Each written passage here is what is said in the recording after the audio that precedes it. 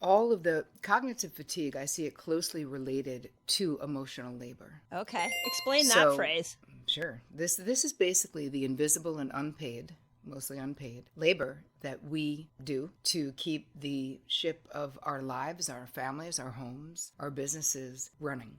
So other people underestimate what it takes to keep a house running, to have food in the house, to make sure the toilet paper does not replace or purchase itself, right? Keeping things the way they need to be for us, for it to keep going. If you have kids, parent teacher stuff, what do you got to do the end of the year, get a present for all of those things take bandwidth. And I think a lot of that actually contributes to cognitive fatigue, because it's like we can never, even when we're quote unquote resting, we're thinking about all the crap that we're forgetting, because we are, right? The list that never ends, that you're checking crap off of, but it never really actually gets to the end of that list. So these are really important concepts for us as human beings, especially as women, that for us to understand. And really at the base of all of what we're talking about right now are disordered boundaries. Mm-hmm.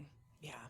And so one of my thoughts is that I can only say as a 53-year-old woman that I've noticed as my hormones have gone down, it becomes even more apparent, the cognitive fatigue. And where I used to be able to put in a 12-hour day, it's like I can do about half of that. And I've thought that I've looked at that as a hormonal depletion. I should fix it. But what I hear you saying is that you should embrace it and learn a different pattern of work.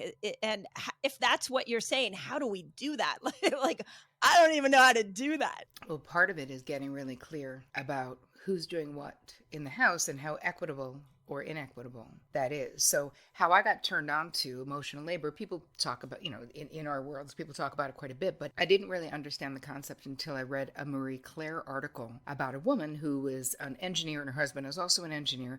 And she tells the story of her husband is home, she's at work, her husband was working from home that day. And he gets in touch with her and says, "Can you let the dog walker know I don't need her to come today? That we don't need her." And she just hit a tipping point where she was like, why don't you even have the phone number for the dog walker? Like, right. Why am I literally I'm at work, you're at home, and it's you who doesn't need her because you're there. Anyway, right. So she hit a tipping point and she went home. And when he was at work the next day, she took a whiteboard and she literally wrote out every single solitary freaking thing that she does in the house for all of them. So she wasn't listing the work stuff. It was this is what I do to keep the boat of our lives afloat. And she was like, I'm going to have a conversation with my partner. And because the partner was also very sort of clinically minded, they were both engineers and very data driven.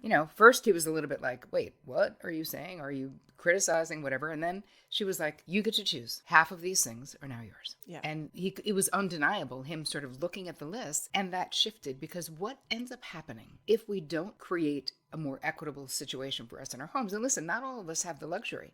Not everyone is partnered. But if you have kids who are more adult age or late teens or even mid-teens, right? Kids can help and should help.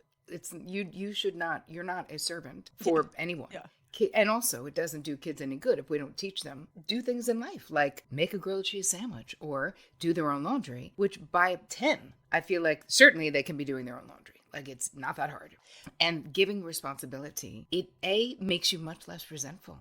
This whole idea of being a superwoman and we should do it all. And we can really, we can sort of bring this back to the 70s, late 60s, early 70s, when women could become something other than a nurse, a secretary, or a teacher, right? Suddenly, you could do something else. Oh, but it wasn't like any of the at home, the domestic work wasn't suddenly shifted to the partners in most cases. There was an expectation that we would go out, work full time, bring in at least half the money, if not more, and continue to do all the child rearing crap and all of the getting the end of the year teacher gift and figuring out what are the 9-year-olds doing for their sleepover and what are the fun games we're playing and the dentist and the doctor and all the things. And so this is a moment, if you're identifying with this, if you're feeling like, wow, I definitely have cognitive fatigue, or I'm doing way more of the emotional labor in my life, this is your opportunity to just pause. Why don't you do what the author of that Marie Claire article did and really write down, because we have a tendency ourselves to minimize what we're doing. At the end of the day, you could be like, what did I even do today? But then if you really thought about what you did, maybe you made food for the rest of the week for the family. Maybe you went food shopping. Maybe you cleaned the house. Maybe you did 3 loads of laundry. None of that is free. Like, that's bandwidth sucking stuff. So this is your opportunity to go, okay, what am I doing? And what do I not want to do? And a really important question is, what am I doing for other people, because I'm codependent, that they should and can actually be doing for themselves? And it would be better for all the people if they were doing it for themselves. Because I find that a lot with my therapy clients, that they're so used to doing it all that they're on autopilot, but they're exhausted, depleted, getting autoimmune disorders, and bitter.